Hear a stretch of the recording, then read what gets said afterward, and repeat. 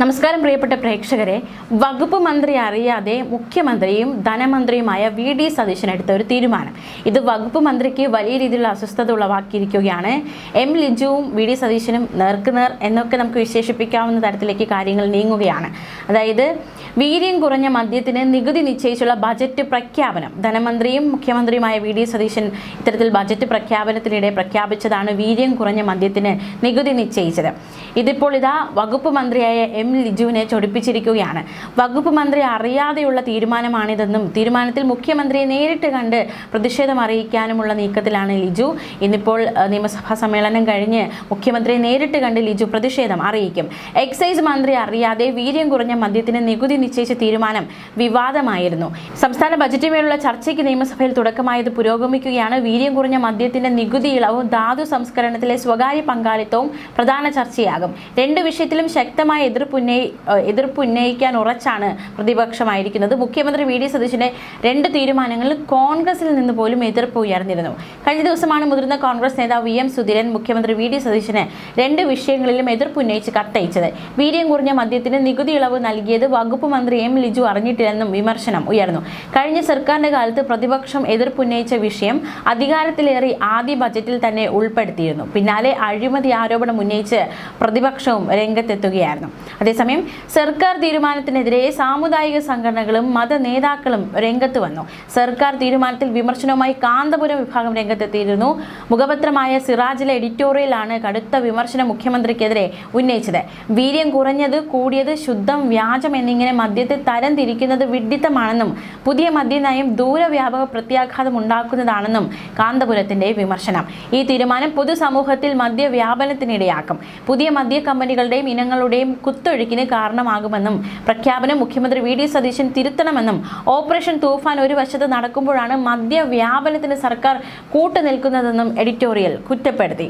Zero Malabar സഭ bishop Mar Joseph പാംപ്ലാനിയും സർക്കാരിനെതിരെ രംഗത്ത് വന്നു. ലഹരി വ്യാപിപ്പിക്കുന്ന നയം സ്വീകാര്യമല്ല, വീര്യം കുറഞ്ഞതെന്ന പേരിൽ എല്ലാവർക്കും മദ്യം ലഭ്യമാക്കാനുള്ള തീരുമാനം ദുഃഖകരമാണ് എന്നായിരുന്നു അദ്ദേഹത്തിന്റെ പ്രതികരണം.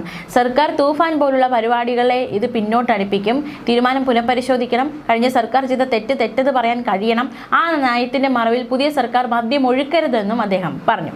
എന്ത് വിരോധാഭാസമാണ് ഈ നടക്കുന്നതെന്നത് നമ്മളും ചിന്തിച്ചു പോകും. ഒരു വശത്ത് ആഭ്യന്തര വകുപ്പിന്റെ നേതൃത്വത്തിൽ തൂഫാൻ പോലെയുള്ള, അതായത് ലഹരിക്കെതിരെയുള്ള വലിയ പോരാട്ടം നടക്കുമ്പോഴാണ് മറുവശത്ത് അതേ സർക്കാർ തന്നെ വീര്യം കുറഞ്ഞ മദ്യം, വീര്യം കൂടിയ മദ്യം, വീര്യം കുറഞ്ഞ മദ്യം വാങ്ങി കുടിച്ചോ, വില കുറച്ചിട്ടുണ്ട്, അല്ലെങ്കിൽ വീര്യം കൂടിയത് കുടിക്കേണ്ട എന്ന രീതിയിലൊരു വേർതിരിവ്. മദ്യം തന്നെയാണ്, അത് ദോഷം തന്നെയാണ്, അത് അംഗീകരിക്കാതെ വീര്യം കുറഞ്ഞത്, വീര്യം കൂടിയതെന്ന രീതിയിലൊരു തരംതിരിക്കലൊക്കെ നടത്തി ഇത്തരത്തിലൊരു പ്രഖ്യാപനം സർക്കാരിൽ നിന്നുണ്ടാകുമ്പോൾ തീർച്ചയായിട്ടും ഓപ്പറേഷൻ തൂഫാൻ പോലുള്ള സർക്കാരിൻ്റെ അല്ലെങ്കിൽ ആഭ്യന്തര വകുപ്പിൻ്റെ പ്രവർത്തനങ്ങൾക്ക് ഒരു വിലങ്ങുതടി തന്നെയാണത്. എന്തായാലും മുഖ്യമന്ത്രിയുടെ തുടർ തീരുമാനം എന്താണ്, എക്സൈസ് മന്ത്രി ഈ വിഷയം സംസാരിച്ച ശേഷം എന്താണ് മുഖ്യമന്ത്രിയുടെ പ്രതികരണം എന്നൊക്കെ വരും മണിക്കൂറുകൾ മാത്രമേ അറിയുവാൻ സാധിക്കുകയുള്ളൂ.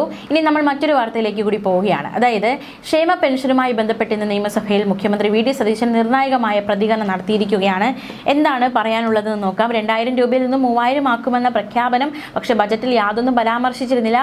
ഈ സാഹചര്യത്തിലാണ് ഇന്ന് നിയമസഭയിൽ അദ്ദേഹം ഈ ഒരു വിഷയത്തിൽ ഒരു വിശദീകരണം നൽകിയിരിക്കുന്നത്. എന്താണ് മുഖ്യമന്ത്രി പറഞ്ഞതെന്ന് വിശദമായി നോക്കാം. ഈ UDF സർക്കാരിന്റെ പ്രകടന പത്രികയിൽ ഏറ്റവും നിർണായകമായി പറഞ്ഞ ഒരു വാഗ്ദാനമായിരുന്നു ക്ഷേമ പെൻഷൻ 3000 രൂപയാക്കുമെന്നത്. വലിയ പ്രതീക്ഷയാണ് ഈ പെൻഷൻ വാങ്ങുന്നവർക്കൊക്കെ ഉണ്ടായത്. പക്ഷേ ബജറ്റ് വന്നപ്പോൾ അതിൽ യാതൊരു പരാമർശവും ഇല്ലാതെ പോയത് വലിയ നിരാശയാണ് പലർക്കും സമ്മാനിച്ചത്. എന്തായാലും എന്താണ് ഈ കാര്യത്തിലുള്ള തുടർ നിലപാട് എന്ന കാര്യത്തിൽ ഒരു വ്യക്തത മുഖ്യമന്ത്രി വി.ഡി. സതീശൻ ഇപ്പോൾ നടത്തിയിരിക്കുകയാണ്. വിഷൻ 2031 എന്ന പേരിൽ ഈ സർക്കാർ ഉൾപ്പെടുത്തിയിട്ടുള്ള ഇന്ദിരാ ഗ്യാരണ്ടിയുടെ ഭാഗമായി 1291 ഇന ലക്ഷ്യങ്ങൾക്ക് സർക്കാർ അംഗീകാരം നൽകിയിട്ടുണ്ടെന്ന് മുഖ്യമന്ത്രിയുടെ പ്രതികരണം. സാമൂഹ്യ സുരക്ഷാ ക്ഷേമ പെൻഷൻ 3000 രൂപയാക്കി ഉയർത്തുക എന്നതും അതിൽ ഉൾപ്പെടുത്തിയിട്ടുണ്ട്. സാമൂഹ്യ സുരക്ഷാ ക്ഷേമ പെൻഷൻ 3000 ആക്കി ഉയർത്തുന്നത് സംബന്ധിച്ച് തീരുമാനമെടുക്കുന്നതിനുള്ള നടപടികൾ സ്വീകരിക്കുകയാണെന്ന് മുഖ്യമന്ത്രി വ്യക്തമാക്കി. എത്രയും വേഗം ജനങ്ങൾക്ക് നൽകിയ വാഗ്ദാനം പാലിക്കുക എന്നതാണ് സർക്കാർ ലക്ഷ്യമിടുന്നത്. സാമൂഹ്യ സുരക്ഷാ ക്ഷേമ പെൻഷൻ വീടുകളിൽ എത്തിക്കുന്നത് തുടരും. സ്ത്രീ സുരക്ഷാ പെൻഷൻ നിലവിലുള്ള സാമൂഹിക സുരക്ഷാ ക്ഷേമ പെൻഷന്റെ ഭാഗമല്ല. സ്ത്രീ സുരക്ഷാ പെൻഷൻ നൽകുന്നത് സംബന്ധിച്ച് സർക്കാർ തീരുമാനം എടുത്തിട്ടില്ല എന്ന് മുഖ്യമന്ത്രി വി ഡി സതീശൻ വ്യക്തമാക്കിയിരിക്കുകയാണ്. പ്രതിപക്ഷമൊക്കെ അതിരൂക്ഷമായി വിമർശിച്ചതാണ് ഈ ക്ഷേമ പെൻഷൻ 2000 നിന്ന് 3000 രൂപയാക്കും, പക്ഷെ ബജറ്റിൽ ഒന്നും പരാമർശിച്ചിരുന്നില്ല, എന്തുകൊണ്ട് ഇങ്ങനെ സംഭവിച്ചു എന്നതടക്കമുള്ള ചോദ്യമൊക്കെ പ്രതിപക്ഷത്തിന്റെ ഭാഗത്തു നിന്നും ഉയർന്നിരുന്നു. എന്തായാലും പ്രതിപക്ഷത്തിന് കൂടിയുള്ള മറുപടിയായി ഇത് മാറുകയാണ്. ജനങ്ങളോട് നൽകിയ വാഗ്ദാനം എത്രയും പെട്ടെന്ന് പാലിക്കുമെന്ന് മുഖ്യമന്ത്രി വ്യക്തമാക്കിയിരിക്കുന്നു. മുടങ്ങാതെ പെൻഷൻ നൽകാൻ എല്ലാ നടപടിയും സ്വീകരിക്കും. ഗുണഭോക്താക്കളുടെ കാര്യം പരിശോധിക്കും. അർഹരായ ആളുകൾ പുറത്ത് നിൽക്കുന്നുണ്ട്, അനർഹരായവർ പട്ടികയിലുണ്ട്, ഇത് പരിശോധിക്കും. ശേഷം അർഹരായവർക്ക് നൽകുക എന്ന ലക്ഷ്യത്തോടെയായിരിക്കും പ്രവർത്തിക്കുക എന്നും മുഖ്യമന്ത്രി വ്യക്തമാക്കി. ഉമ്മൻചാണ്ടി ഇൻഷുറൻസ് പദ്ധതി നടപ്പാക്കുമെന്നും വിശദമായ ചർച്ച ബന്ധപ്പെട്ട വകുപ്പുകൾ നടത്തുന്നുണ്ടെന്നും 25 ലക്ഷം രൂപ കുടുംബത്തിന് കിട്ടും വിധമാണ് പദ്ധതി ആസൂത്രണം ചെയ്യുന്നതെന്നും അദ്ദേഹം വ്യക്തമാക്കി. സ്ത്രീ സുരക്ഷാ പെൻഷൻ സാമൂഹിക ക്ഷേമ പെൻഷന്റെ ഭാഗമല്ല. കഴിഞ്ഞ സർക്കാർ തിരഞ്ഞെടുപ്പിന് തൊട്ടു മുമ്പ് തുടങ്ങിയതാണ് ഈ പദ്ധതി. സ്ത്രീ സുരക്ഷാ പെൻഷൻ തുടരുന്നതിൽ സർക്കാർ തീരുമാനമെടുത്തിട്ടില്ല എന്നും മുഖ്യമന്ത്രി വി ഡി സതീശൻ വ്യക്തമാക്കി. സാമൂഹിക ക്ഷേമ പെൻഷൻ മുടങ്ങാതെ കൊടുക്കും, അതിനുള്ള നടപടികൾ സ്വീകരിക്കും.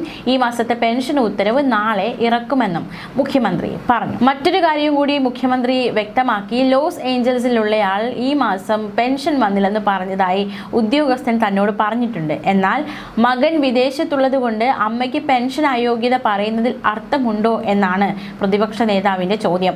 അർഹരായവർക്ക് കിട്ടാതെ പോകരുതെന്നേ കരുതുന്നുള്ളൂ എന്ന് മുഖ്യമന്ത്രി മറുപടി നൽകി. എന്തായാലും ഇത്തരത്തിലൊരു പരാമർശം, പെൻഷനുമായി ബന്ധപ്പെട്ട് ഈ ഒരു വിശദീകരണമാണ് മുഖ്യമന്ത്രിയുടെ ഭാഗത്തു നിന്നും ഉണ്ടായിരിക്കുന്നത്. സർക്കാരിന്റെ ആദ്യ സമ്പൂർണ്ണ ബജറ്റ് അവതരണം അവസാനിച്ചിരിക്കുന്നു. വിവിധ മേഖലകളെ, പ്രത്യേകിച്ച് വിദ്യാഭ്യാസ മേഖലയ്ക്ക് മുതൽക്കൂട്ടാകുന്ന ഒട്ടേറെ പ്രഖ്യാപനങ്ങൾ ധനമന്ത്രി വി ഡി സതീശൻ നടത്തി. പക്ഷേ പൊതുജനങ്ങൾ വളരെ പ്രതീക്ഷയോടെ കാത്തിരുന്ന പല പദ്ധതികളും ബജറ്റിന് പുറത്തായതെന്നത് വലിയ വിഷമമായിരുന്നു. ക്ഷേമ പെൻഷൻ തുക ഉയർത്തൽ, സ്ത്രീ സുരക്ഷാ പെൻഷന് ഭാവി തുടങ്ങിയ പെൻഷൻ പദ്ധതികളുടെ കാര്യം വി ഡി സതീശൻ ബജറ്റിൽ പരാമർശിക്കാതെ പോയത് വലിയ രീതിയിലുള്ള ആശങ്കയാണ് ഈ പെൻഷൻ കാത്തിരിക്കുന്നവർക്കുണ്ടായത്. എന്തായാലും ആ കാര്യത്തിൽ ഒരു വ്യക്തത അദ്ദേഹത്തിൻ്റെ ഭാഗത്തു നിന്ന് ഉണ്ടായിരിക്കുകയാണ്. അതേസമയം DA കുടിശ്ശികയുമായി ബന്ധപ്പെട്ട് ഉണ്ടായ ചോദ്യത്തിന്, മാധ്യമപ്രവർത്തകരുടെ ചോദ്യത്തിന്, അല്ലെങ്കിൽ പ്രതിപക്ഷ നേതാവ് DA കുടിശ്ശികയുമായി ബന്ധപ്പെട്ട് ഉന്നയിച്ച ചോദ്യം, അതിന് മുഖ്യമന്ത്രി വി ഡി സതീശൻ പൊട്ടിത്തെറിച്ചാണ് മറുപടി നൽകിയത്. ഈ കുടിശ്ശികയൊക്കെ ആരാണ് കൂട്ടിയത്? ഇത്തരത്തിൽ വളരെ രോക്ഷാകുലനായിട്ടാണ് മുഖ്യമന്ത്രി ഈ വിഷയത്തിൽ പ്രതികരിച്ചത്.